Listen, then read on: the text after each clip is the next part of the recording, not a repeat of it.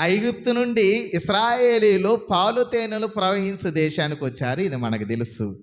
ఆ దేశం పేరేం పేరు? కనాను దేశము. ఇది మనకు తెలిసిన పేరు. దేవుడు దానికి ఒక పేరు పెట్టాడు. దానికి చాలా పేర్లు ఉన్నాయి. యెహోవా కన్నులు సంవత్సరాది నుండి సంవత్సరాంతం వరకు ఉండే దేశము అంటాడు.